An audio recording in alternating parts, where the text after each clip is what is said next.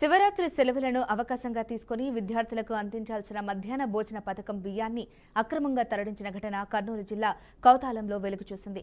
కౌతాలం జిల్లా పరిషత్ ఉన్నత పాఠశాలలో సెలవుల సమయంలో ఆసరాగా చేసుకుని ప్రధానోపాధ్యాయుడు కొంతమందికి రేషన్ బియ్యాన్ని తరలించడం జరిగింది.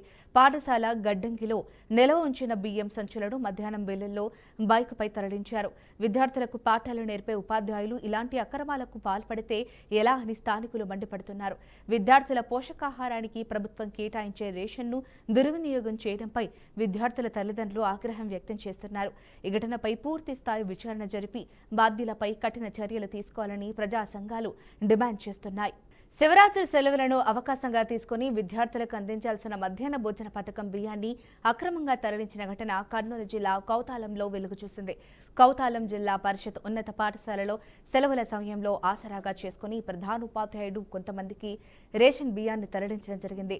పాఠశాల గిడ్డంగిలో నిల్వ ఉంచిన బియ్యం సంచులను మధ్యాహ్నం వేళల్లో బైక్పై తరలించారు. విద్యార్థులకు పాఠాలు నేర్పే ఉపాధ్యాయులు ఇలాంటి అక్రమాలకు పాల్పడితే ఎలా అని స్థానికులు మండిపడుతున్నారు. విద్యార్థుల పోషకాహారానికి ప్రభుత్వం కేటాయించే రేషన్ను దుర్వినియోగం చేయడంపై విద్యార్థుల తల్లిదండ్రులు ఆగ్రహం వ్యక్తం చేస్తున్నారు.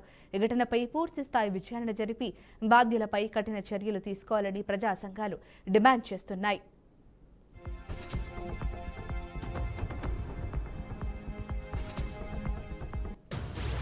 ఇదే అంశానికి సంబంధించి పూర్తి సమాచారాన్ని మా బీఆర్కే ప్రతినిధి బసవరాజు అందిస్తారు. బసవరాజు, చెప్పండి, మరి రేషన్ బియ్యాన్ని ఈ విధంగా అక్రమంగా అక్కడున్న ప్రధాన ఉపాధ్యాయులే అమ్మడం జరుగుతుంది. మరి దీనికి సంబంధించిన అప్డేట్ ఏంటి? జాన్సీ, మధ్యాహ్నం మిడ్ డే మీల్స్ అని చెప్పి ప్రభుత్వం ఏదైతే పాఠశాల విద్యార్థులకు మధ్యాహ్న భోజన పథకాన్ని ప్రవేశపెట్టింది, అందులో భాగంగా మధ్యాహ్నం పూట పిల్లలకు స్కూల్లోనే భోజనాలు పెడతా ఉంటారు.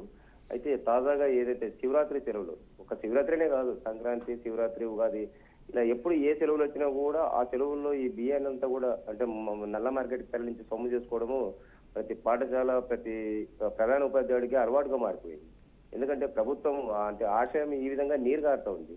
తాజాగా కౌతాళం జిల్లా పరిషత్ ఉన్నత పాఠశాల హెచ్ఎం ఈ బియ్యం తరలిస్తుంటే కొంతమంది స్థానికులు అది గుర్తించి పట్టుకొని కొంత సమాచారం ఉన్నతాధికారులకు ఇవ్వడం జరిగింది.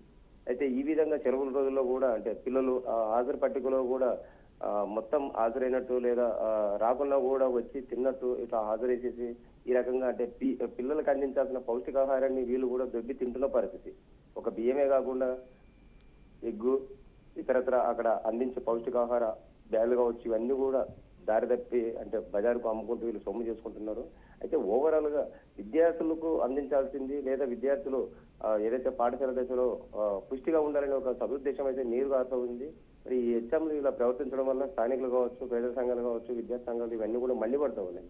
మరి ఈ పరిస్థితి ఎందుకు వచ్చింది అంటే ఈ హెచ్ఎంలు ఈ విధంగా చేయడానికి అంటే లక్షల జీతాలు తీసుకుంటూ కూడా స్కూల్లో విద్యార్థులకు అంటే మంచి చదువు చెప్పాల్సిన ఉపాధ్యాయులు లేదా సమర్థంగా ఉండాల్సిన వీళ్ళు కూడా ఈ నల్ల బజారు, నల్ల మార్కెట్ కు ఈ బియ్యం తరలిస్తూ సొమ్ము చేసుకోవడంపై అందరూ కూడా పెదవిస్తున్న పరిస్థితి.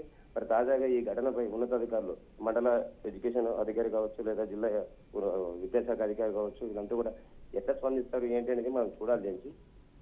Right, thank you Basavaraj for the update.